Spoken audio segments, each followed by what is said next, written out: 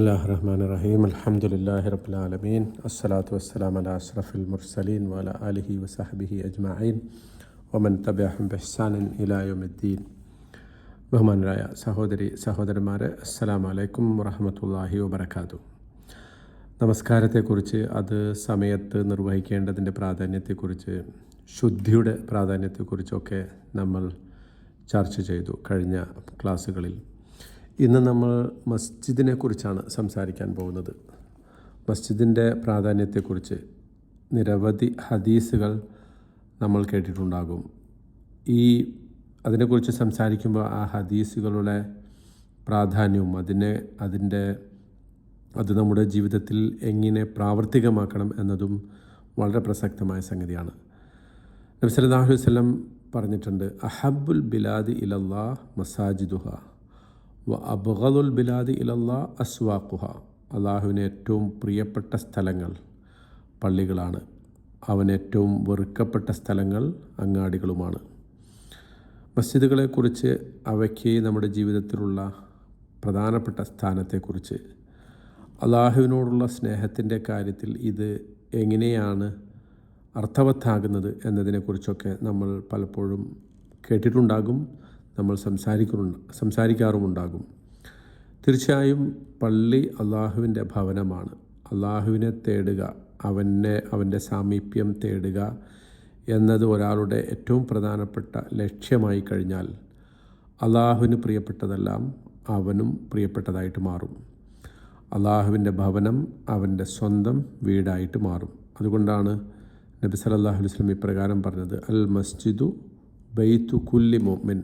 മസ്ജിദ് ഓരോ വിശ്വാസിയുടെയും വീടാണ്.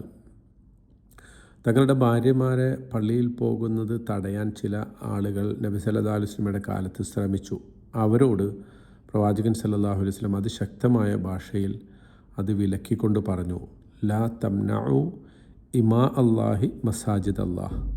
അള്ളാഹുവിൻ്റെ ദാസിമാരെ അള്ളാഹുവിൻ്റെ പള്ളികളിൽ പ്രവേശിക്കുന്നതിൽ നിന്ന് നിങ്ങൾ തടയരുത് എന്ന് പറഞ്ഞു പ്രവാചകൻ സല്ലല്ലാഹു അലൈഹി വസല്ലം. കാരണം ഈ അള്ളാഹുവിൻ്റെ ഭവനങ്ങൾ അവർക്കും കൂടി അവകാശപ്പെട്ടതാണ്. ഓരോ വിശ്വാസിയും, ഒരു കുട്ടി പോലും അള്ളാഹുവിൻ്റെ ഭവനത്തെ സ്വന്തം ജീവിതത്തിലെ പ്രാഥമിക ഭവനമായി കാണണം. കാരുണ്യത്തിനും ശാന്തിക്കും ആത്മീയ പോഷണത്തിനുമായി അവർ അവിടെ അഭയം തേടണം. ഒരാളുടെ ജീവിതത്തിൽ മസ്ജിദിനുള്ള സ്ഥാനത്തിന് പകരം വെക്കാൻ മറ്റൊന്നുമില്ല. നമുക്കൊരു പക്ഷേ ഒത്തുചേരാനും പഠന സദസ്സുകൾ നടത്താനും സാമൂഹികമായി ഇടപഴകാനുമൊക്കെ മറ്റ് ധാരാളം സ്ഥലങ്ങളുണ്ടാകാം. നമുക്ക് മറ്റ് പല സ്ഥലങ്ങളിൽ വെച്ച് നമസ്കരിക്കുകയും ചെയ്യാം. സ്വന്തം വീടുകളിൽ വേണമെങ്കിൽ ജമാഅത്ത് നമസ്കാരം തന്നെ നമുക്ക് നിർവഹിക്കാം. പക്ഷേ മസ്ജിദിന് തുല്യമായി മറ്റൊന്നില്ല. എന്തുകൊണ്ടാണ് ഇത് ഇങ്ങനെയാകുന്നതെന്ന് ചോദിച്ചാൽ, മസ്ജിദിൻ്റെ പേര് തന്നെ അതാണ്. അള്ളാഹുവിനുള്ള സുജൂദിൻ്റെ സ്ഥലം, അതാണ് മസ്ജിദ്. അള്ളാഹുവിനെ ഓർക്കാനുള്ള സ്ഥലം.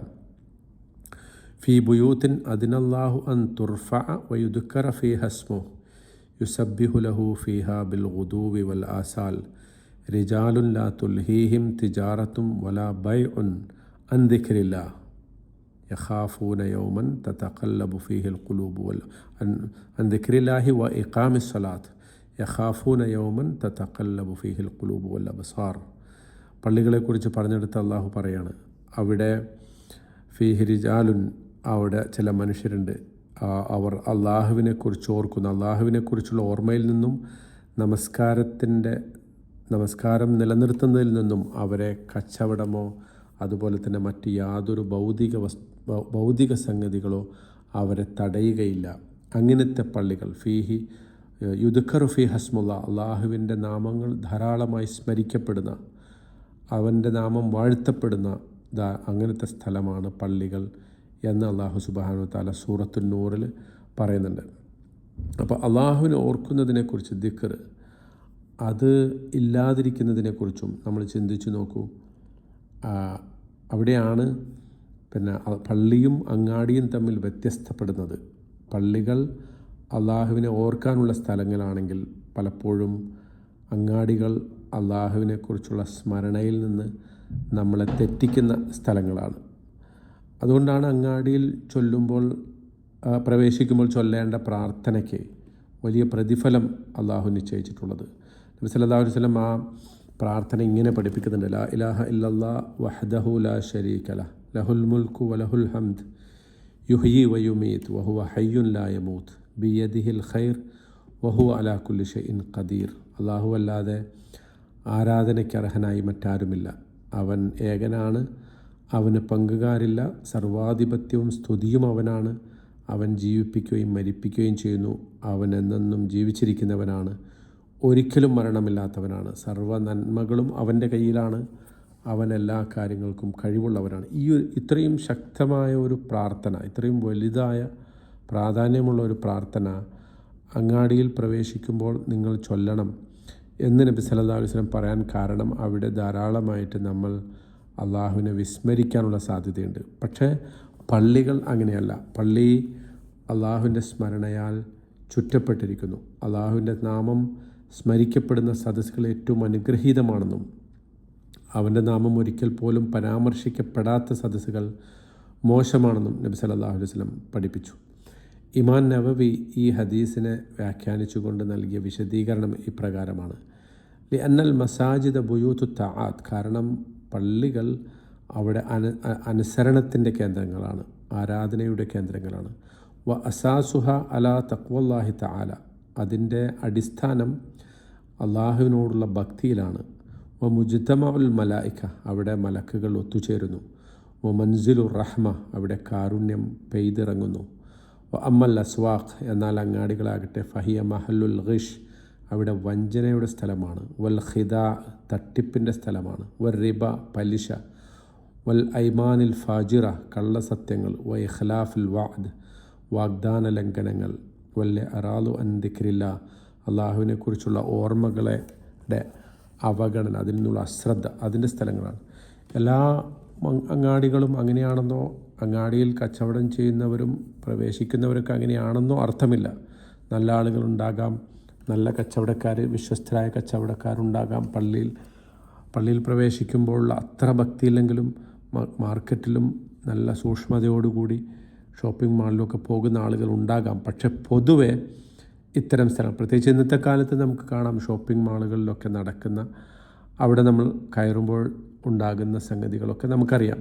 അപ്പം അതുകൊണ്ട് അത്തരം സ്ഥലങ്ങളിൽ നിന്ന് വ്യത്യസ്തമായി പള്ളികൾ സദാ അള്ളാഹുവിനെക്കുറിച്ചുള്ള സ്മരണകൾ നിലനിൽക്കുന്ന ഒരു സ്ഥലമായിട്ട് മാറുന്നു. അത്തരം കാര്യങ്ങളൊന്നും ഇല്ലാത്ത, അതായത് വഞ്ചനയും തട്ടിപ്പും ഒന്നും ഇല്ലാത്ത ഒരു സ്ഥലമായിരിക്കണം പള്ളി എന്നാണ് ഇമാം നവവി പറഞ്ഞത്.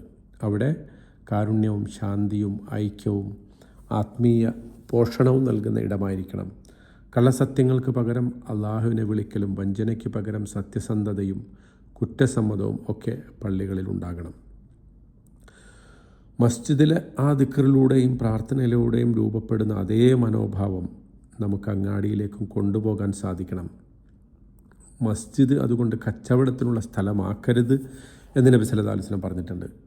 മസ്ജിദിൽ കച്ചവടം നടത്തുന്നവരെ കണ്ടാൽ അവരോട് ഇങ്ങനെ പറയാൻ നബി സല്ലല്ലാഹു അലൈഹി വസല്ലം നിർദ്ദേശിച്ചു: ലാ അർബഹല്ലാഹു തിജാറതക്, അള്ളാഹു നിൻ്റെ കച്ചവടത്തിൽ ലാഭം നൽകാതിരിക്കട്ടെ എന്ന് പറഞ്ഞാൽ, അവിടെയും കച്ചവടത്തിലെ ഏതെങ്കിലും വശങ്ങൾ പള്ളിയുടെ അകത്തേക്ക് കൊണ്ടുവന്നാൽ അവിടെയും അള്ളാഹുവിനെക്കുറിച്ചുള്ള സ്മരണയിൽ നിന്ന് മാറിപ്പോകാനുള്ള സാധ്യത നബി സല്ലല്ലാഹു അലൈഹി വസല്ലം മുന്നിൽ കാണുകയാണ്. പക്ഷേ അതേസമയം പള്ളിയിലാണ് നബി സല്ലല്ലാഹു അലൈഹി വസല്ലമയുടെ ഭരണസ്ഥിരാകേന്ദ്രം പള്ളിയായിരുന്നു എന്ന് നമുക്ക് ചരിത്രത്തിൽ വായിക്കാൻ സാധിക്കും. അവിടെ നിന്നാണ് ജിഹാദിന് പുറപ്പെട്ടിരുന്നത്, യുദ്ധങ്ങൾക്ക് പുറപ്പെട്ടിരുന്നത് അവിടെ നിന്നാണ് രാഷ്ട്രതന്ത്രജ്ഞത രൂപപ്പെട്ടത്. അവിടെയാണ് നിവേദക സംഘങ്ങളെ നബി സല്ലല്ലാഹു അലൈഹി വസല്ലം സ്വീകരിച്ചത്. അതിൻ്റെ മുറ്റത്താണ് സൈനിക പരിശീലനം പ്രവാചകൻ നടത്തിയത് എന്നൊക്കെ കാണാൻ സാധിക്കും. സക്കാത്തിൻ്റെ മുതലുകൾ ശേഖരിച്ചു കൊണ്ടുവന്നിട്ടത് പള്ളിയുടെ മുറ്റത്താണ് എന്ന് ഹദീസുകളിൽ കാണാൻ സാധിക്കും. അപ്പോൾ പള്ളികൾ എന്ന് പറയുന്നത് അള്ളാഹുവിനെക്കുറിച്ചുള്ള സ്മരണയ്ക്കും അവൻ്റെ നാമം ഉയർത്തുന്നതിനുള്ള പ്രവർത്തനങ്ങളുടെ ആസൂത്രണത്തിനും ആ പ്രവർത്തനങ്ങൾ നടപ്പാക്കുന്നതിനുമൊക്കെയുള്ള കേന്ദ്രങ്ങളായിരിക്കണം. അവിടെ തനി ഭൗതികമായ ലക്ഷ്യം വെച്ചുകൊണ്ടുള്ള കാര്യങ്ങളിലേക്ക് നമ്മൾ കടന്നാൽ അവിടെയും എന്തുവരും? സ്വാഭാവികമായും മനുഷ്യരുടെ മനസ്സിലുള്ള ഇത്തരം ചിന്തകളൊക്കെ, തട്ടിപ്പും വഞ്ചനയും ഒക്കെ അവിടെയും വരാൻ സാധ്യതയുണ്ട് എന്നതാണ് പ്രവാചകൻ സല്ലല്ലാഹു അലൈഹി വസല്ലം പറഞ്ഞതിൻ്റെ ചുരുക്കം. ഇതിനർത്ഥം അങ്ങാടിയും കച്ചവടമൊക്കെ പൂർണ്ണമായും മോശമാണ് എന്ന അർത്ഥത്തിലല്ല. നമ്മൾ പള്ളിയിൽ ഏത് രൂപത്തിലാണോ, ഏത് അള്ളാഹുവിനെ എത്രമാത്രം പള്ളിയിൽ വെച്ച് നമ്മൾ ഭയപ്പെടുന്നുവോ അതേ ഭയപ്പാടും തഖ്വയും അങ്ങാടികളിലേക്കും നമ്മൾ കൊണ്ടുപോകണം എന്നതാണ് ഇസ്ലാമിൻ്റെ കൽപ്പന. അതുകൊണ്ടാണ് പള്ളിയിൽ വച്ച് പള്ളിയുമായി ഹൃദയം ബന്ധിച്ച ഒരാൾക്ക് നാളെ പരലോകത്ത് അള്ളാഹുവിൻ്റെ തണലല്ലാത്ത മറ്റൊരു തണലും ഇല്ലാത്ത ഒരു സന്ദർഭത്തിൽ അയാൾക്ക് അള്ളാഹുവിൻ്റെ തണൽ ലഭിക്കും.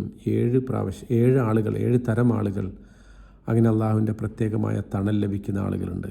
അതിൽ ഒരു വിഭാഗം റജുലുൻ ഖൽബുഹു മുഅല്ലഖും ബിൽ മസാജിദ്, പള്ളിയുമായി ഹൃദയങ്ങൾ ബന്ധിച്ച ഒരാളാണ് എന്ന് നബി സല്ലല്ലാഹു അലൈഹി വസല്ലം പറഞ്ഞിട്ടുണ്ട്. അപ്പോൾ അള്ളാഹുവിൻ്റെ സ്മരണയ്ക്കായി മാത്രം മാറ്റിവെക്കപ്പെട്ട പള്ളിയിലൂടെ നമ്മുടെ ജീവിതത്തിൽ ശാന്തിയും സമാധാനവും അള്ളാഹു നിറക്കട്ടെ.